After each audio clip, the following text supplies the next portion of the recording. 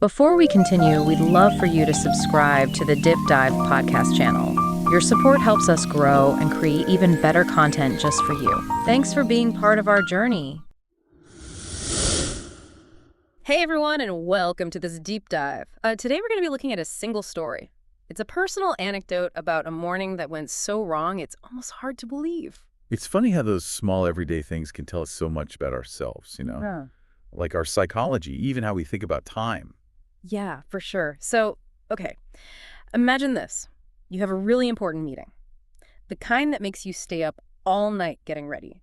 You're responsible. You set your alarm, like, more than once. Right. You go to bed early. Yeah, we all do those things to try to be in control. Yeah. What happens when the things we trust, like even something as simple as an alarm clock, fail us? Well, in this case, our protagonist wakes up, Hmm. and the room is full of sunlight, but it's 8:43 a.m., and the meeting, it's at 9:00 a.m., and the alarm was set for p.m. instead of a.m. Oh, man, that feeling when you realize, Mm-hmm. that feeling in your stomach, we've all been there, I think. Yeah. It's like this sudden awareness that time is going too fast and your Yeah. plans are falling apart. It's total panic. And what happens next is just crazy. Skipping the shower, grabbing whatever clothes, are there mismatched shoes. No time for breakfast. It's interesting how our bodies react in those moments. Mhm. That fight or flight response kicks in. Yeah. And suddenly it's all about action, not thinking. Exactly. And if you think it can't get any worse, our protagonist realizes the car is almost out of gas. Talk about bad luck on top of everything else. So now it's like a perfect storm of bad things happening. It's almost funny, but I bet it was really stressful at the time. Yeah. So does our protagonist even get to the meeting? Somehow, by some miracle, they get there at 8:59 a.m., sweaty, messy hair, but they're there. Wow, that was close. Mm. So I'm guessing after all that, the meeting went well, right? Well, that's where the real twist is. Remember how our protagonist was too rushed to check emails? This doesn't sound good. The meeting had moved to 10:00 a.m., all that stress, all that rushing, for nothing. Wow, the irony. Mm-hmm. But this story actually connects to something psychologists call the planning fallacy. We often think things will take less time than they actually do, even when we think we planned everything perfectly. Planning fallacy. So you're saying even the best planning can be messed up just because we're bad at judging time. Exactly. Studies show that even experts in their fields get this wrong. They always underestimate how long things will take. It's like a built-in problem in our brains. So the question is, knowing this, how can we get better at dealing with this fallacy in our own lives? This planning fallacy thing, it's really interesting.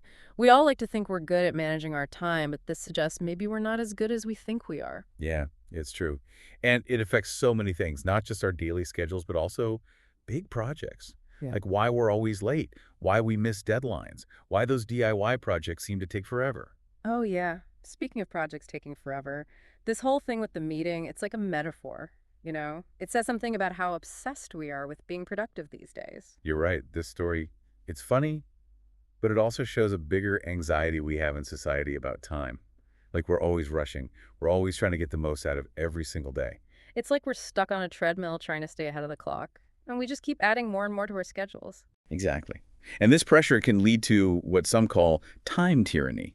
Like we become slaves to our to-do lists. We're so focused on checking things off that we forget to actually enjoy life. So this story, with all the rushing and the fact that it was pointless, it's kind of like a rebellion against that whole idea of time tyranny. It reminds us that sometimes, no matter how hard we try, things just don't go as planned. Right. It makes us realize we can't control everything.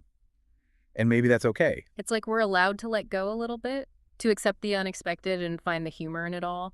What I find interesting is how technology fits into this whole story. Oh, technology. It's Oh. like a blessing and a curse. On one hand, it's supposed to help us be more efficient, manage our time better, but then on the other hand, it can cause more stress and distractions. It's a real paradox. Yeah. The story shows that perfectly, don't you think? Definitely. It's ironic. The alarm clock, a tool for managing time, actually ends up causing all this chaos. It reminds us that even the most reliable technology can fail.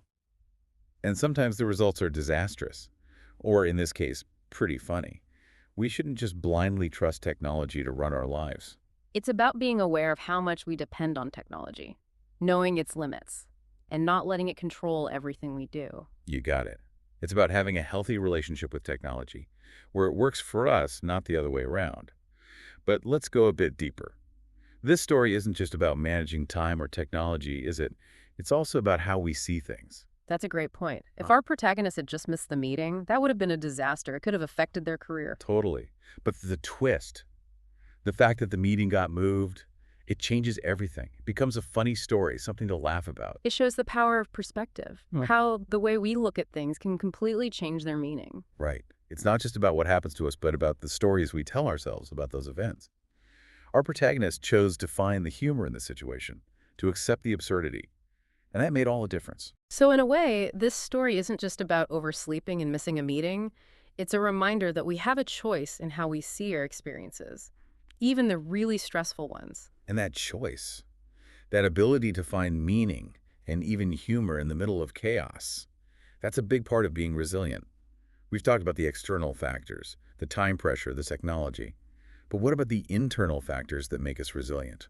You're talking about things like our personality, our mindset, our values. Exactly. These things play a huge role in how we react to unexpected situations. Some people are naturally more flexible and adaptable, while others have a harder time with change. And I think our mindset matters too. If you're a negative person, a situation like this could really get you down. But if you're more optimistic, you might be able to see the good side even in a missed meeting. Exactly. And then there are our values. What's important to you? Is it being on time, being successful? Or maybe it's something less concrete, like humor and flexibility. So are you saying that if we understand these things about ourselves, like our personality, mindset, and values, it can help us understand how we deal with stress and difficult situations? Yes.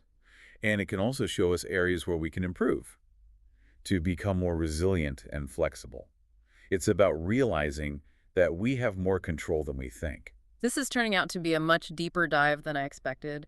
It's incredible how much we can learn from one simple story, even if it is a chaotic one.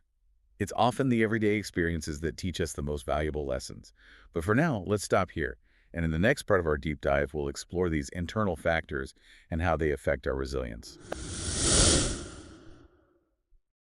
Okay, so welcome back to our deep dive. We've been really digging into this story about a morning that went totally wrong. The missed meeting and then that surprise twist that turns the whole thing into a funny story. Yeah, it has been interesting peeling back the layers of this story, right? Mm. From how we worry about time as a society to the role technology plays and how our perspective can change everything. And for this last part, I want to go back to something you mentioned before. Those things inside us that affect how we deal with unexpected events. Yeah, we tend to focus a lot on what's happening around us, but in the end, it's what's going on inside. Our personality, how we think, and what we value, that really determines how we handle challenges. Our protagonist's reaction to that crazy morning, the fact that they found it funny and all the stress, it kind of shows how resilient they are. Exactly. Resilience is that strength we have inside that helps us bounce back from setbacks, you know, adapt to change, and even see opportunity in tough times. It's a really important skill for dealing with life's ups and downs. So what can we learn from our protagonist's story about what makes someone resilient? Well, first off, they show they can think clearly, even when things are hectic. Yeah. Instead of freaking out about the mistake or getting lost in panic, they focus on what they need to do right now. Yeah, like they switch from this is a disaster to, okay, what's the next step? That's a powerful way to think. It is. And it shows how important it is to be mindful, to be present in the moment, and focus on what we can actually do something about, instead of worrying about the past or the future. Right. That ability to break down a big, scary problem into smaller steps, that's really important. It's not about pretending things aren't tough. It's about finding a way to move forward. And that change from panicking to problem solving, Hmm. that's something we can learn. We can get better at it by making a choice, Hmm. you know, Right. to look for solutions instead of getting stuck on the problems. It's encouraging to think that being resilient isn't something you're born with. It's like a muscle you can train and make stronger. Exactly. Mm. But there's another part of resilience that we often forget, self-compassion. Oh, yeah. It's easy to beat ourselves up when we mess up, to get trapped in that cycle of blame and negative thoughts. And that kind of harsh self-criticism can be really damaging. It's the opposite of being resilient.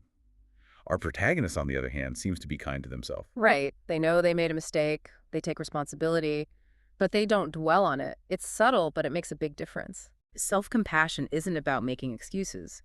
It's about realizing we're all human. We all make mistakes. And actually, it's through those mistakes that we learn and grow. It's like being as understanding and supported to ourselves as we would be to a friend going through the same thing. Exactly. And that self-acceptance, that willingness to forgive ourselves, that's the foundation of resilience.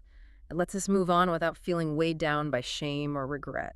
So we've talked about being mindful, problem solving, changing our perspective and self-compassion. But there's one more thing about resilience that I think fits into this story. I'm all ears. What else are you thinking about? Finding meaning even when things are really tough. This story, it's funny, but it also shows how our protagonist manages to find something good in the situation. They get to the meeting even though they didn't need to. It's a small win, but it says a lot. You're right. It shows how we as humans can find purpose even when our plans fall apart. We can choose to see these moments not as failures, but as chances to grow. It's not about avoiding challenges or trying to have a perfect life. It's about accepting those experiences and learning from them. Sometimes the most chaotic, unexpected moments are the ones that reveal our true strength and resilience. They teach us to adapt, to solve problems, and to find humor even when things are difficult. This has been a really fascinating deep dive. We started with a simple story about a missed meeting, and now we've explored what it means to be resilient, the power of perspective, and how to develop a mindset that helps us not just survive, but thrive when life throws us curveballs. It's amazing how much we can learn from everyday things when we take the time to really think about them. Absolutely. So to wrap things up, I want to leave you with this. Embrace the unexpected. Embrace the chaos. It's in those moments that we often discover our true strength and our ability to grow.